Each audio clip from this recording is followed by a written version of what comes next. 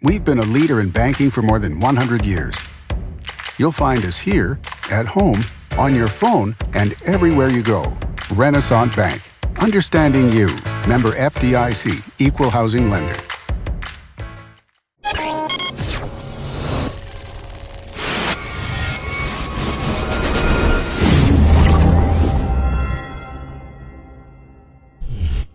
Sponsored by Renaissance Bank. Good morning and welcome to Daily Journal Newsbreak for Tuesday, January 16th. I'm your host, Chris Kiefer, and we're going to take a look at the top news and sports stories from Northeast Mississippi. But first, let's start with your weather forecast. Today, there's another chance of snow, high of 23, low of 12. That's a 60% chance of precipitation. Looking ahead at your 3-day outlook, Wednesday, sunny, high of 30, low of 15. Thursday, sunny again with a high of 42 and a low of 21. And Friday, partly cloudy and a little bit warmer, high of 49, low is at 36.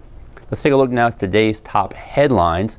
Controversy involving the first veto of Tupelo Mayor Jason Shelton's tenure in office may end in a compromise.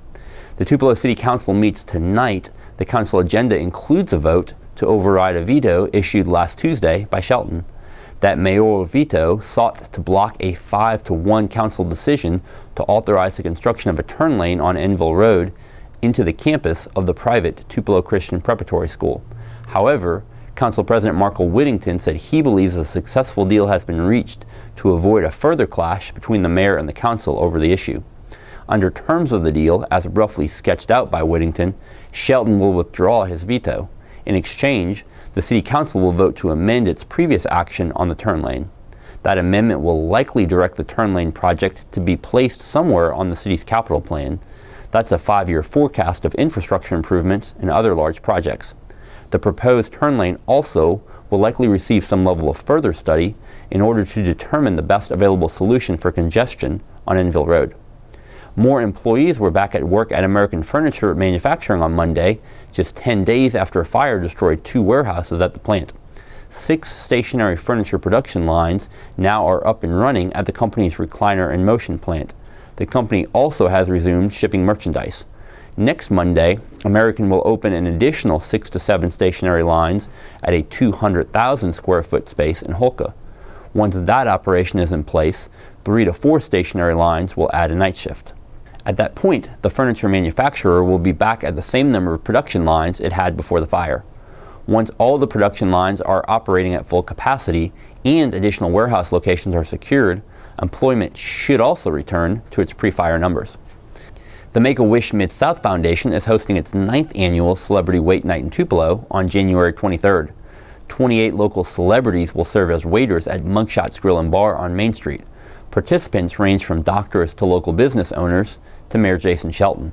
Waiter tips and 10% of proceeds will go to granting wishes for children with critical illnesses. Celebrity waiters will each get their own section and will serve customers from Mugshot's normal menu in 2 shifts. The first is from 5 to 7 p.m. and the second is from 7 to 9 p.m. Waiters will each have their own fundraising page where people who can't make it that night can donate pre-tips. A link can be found at Make-A-Wish Mid-South's Facebook page. There also will be a silent auction from 5 to 8:30 p.m. Last year, the event raised $17,000 toward granting wishes in the area. Make-A-Wish Mid-South hopes to increase that number to $20,000 this year. And in sports, the Mississippi State men's basketball team will try to snap a 3-game losing streak tonight. The Bulldogs host Vanderbilt at 6 at Humphrey Coliseum. The game will be televised on the SEC network. Mississippi State is 13-4 overall and 1-3 in the SEC. The Bulldogs are led by junior guard Quindary Weatherspoon, who is averaging 14.4 points per game. Vanderbilt enters at 6-11 and 1-4 in the league. The Commodores are led by 6'6" senior forward Jeff Robertson, who averages 15.1 points. Meanwhile, Ole Miss is at Texas A&M tonight at 8. That game also airs on SEC Network. The Rebels are 10-7 overall and 3-2 in conference. They're seeking their first road win of the year. Texas A&M was ranked in the top 25 earlier this season, but has started conference play with an 0-5 mark.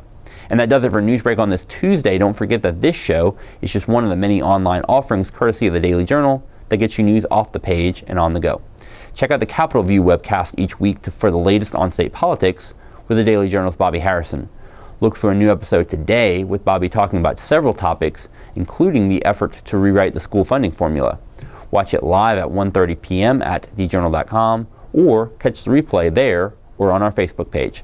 And each story discussed on Newsbreak can be found in your daily journal or online at djournal.com, where you can also catch a new episode of Newsbreak each weekday at 7 a.m.